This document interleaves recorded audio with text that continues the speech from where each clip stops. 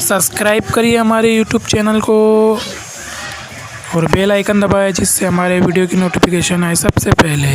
है कि एक दिन लैला ने हलवा तैयार किया और हलवा तैयार करके अपनी कनीज से कहा कि बाहर जाओ और मेरा मजनू खड़ा है, ये हलवा उसको दे दो। लैला की कनीज जब हलवा लेकर घर के बाहर निकली तो हलवे की खुशबू और उसकी लज्जत की खुशबू लोगों के मशामे जा को जब मुअत्तर करने लगी तो वहां बहुत सारे लोगों की भीड़ इकट्ठी हो गई और सब लोग ललचाई हुई नजर से हलवे को देखने लगे। कनीज ने कहा कि ये हलवा तो मेरी लैला ने बनाया है, मेरी मालिका ने, और इसको देना है सिर्फ मजनू को, मजनू की तरह। और सब पुकारने लगे कि अनल मजनू, कि मैं मजनू हूं, मैं मजनू हूं, और सब मजनू होने का दावा करने लगे। तो लैला की कनीज थी, वो वापस अंदर आई और अंदर आने के बाद उसने कही, अरे लैला, तूने तो कहा था कि तेरा एक ही मजनू है, वो बाहर खड़ा है और उसको ये हलवा देना है, लेकिन वहां तो बहुत सारे मजनू खड़े हैं। लैला ने कहा, मजनू कौन है उसका अभी अंदाजा होगा। ये हलवे का थाल रखो और एक खाली तश्त लो और उसमें एक छुरी लो और ये ले जा करके फिर बाहर कहना कि लैला ने मजनू के जिस्म के गोश्त का हिस्सा मांगा है। फिर देखो इम्तिहान हो जाएगा कि मजनू कौन है। लैला की कनीज ने हलवे का थाल रखा, तश्त लिया, छुरी ली और ले करके जब वो बाहर गई तो चूंकि हलवे की खुशबू से लोगों के मशामे जहाँ मुअत्तर थे और हर एक बंदा मजनू होने का दावेदार था, तो जब कनीज को छुरी और खाली तश्त लाते हुए देखा तो पूछा, ये क्या है?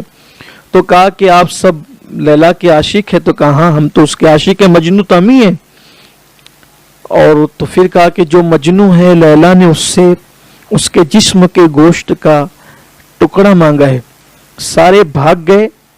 जो असल मजनू था वो खड़ा रहा और उसने छुरी ली और गोश्त का हिस्सा काटा और काट कर तश्त में रखा। और जब कनीज हटने लगी तो कहा रुको। फिर दूसरा टुकड़ा काटा, वो भी रखा, तीसरा काटा, वो भी रखा, पूरा थाल भर दिया और छुरी रखकर एक सर्द आह खींची और उसके बाद कहने लगा कि लैला ने गोश्त के टुकड़े की बात की थी, लेकिन ये नहीं कहा था कि उसको टुकड़ा कहाँ का चाहिए। तो जहाँ का मुझे समझ में आया मैंने दे दिया है, लेकिन लैला से कहना कि वो इसको कबूल कर ले और अगर उसको ये पसंद ना आए तो कह दे कि कहाँ का चाहिए, हम वहाँ का देने भी तैयार है। कि अगर लैला कह दे कि दिल काट के तश्त में रख दो तो हम उसके लिए भी राजी है, लेकिन ये सब कुछ देकर हम एहसान नहीं जताते, बल्कि सिर्फ इतना कहते हैं कि लैला सब ले ले और एक मर्तबा कह दे कि मजनू मेरा है। ये तो बहुत मुमकिन है कि कोई फर्जी दास्तान हो या जो भी हो, मगर इससे पता चलता है कि कौन अल्लाह का बंदा है। इस हिकायत से हम कुछ समझ सकते हैं। समझने समझाने के लिए एक मिसाल थी। अल्लाह की ज़ात मिसाल से पाक है, मिस्ल से पाक है, लेकिन सिर्फ समझने के लिए कि लैला का आशिक हलवे से समझा न गया, पहचाना न गया। हलवा आया तो सभी ने कहा कि हम मजनू हैं, लेकिन जब देने की बात आई तो उस वक्त पता चला कि असल लैला का कौन है। बिला तमसील रिस्क मिल रहा है, औलाद मिल रही है, نعمتیں مل رہی ہے, اچھے لباس مل رہے ہیں, لقمہ تر مل رہا ہے, سب کچھ مل رہا ہے, تو ہم اللہ کے بندے, ہم اللہ کے بندے. لیکن جب اللہ آزمائش ڈالے تب بندہ.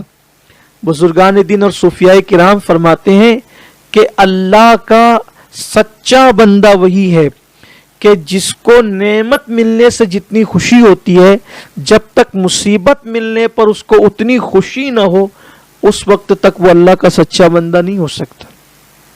اب ہم احتساب کریں اپنا کہ کیا واقعی ہم ایسے آزمائش اور مصیبتوں پر بھی خوش ہوتے ہیں.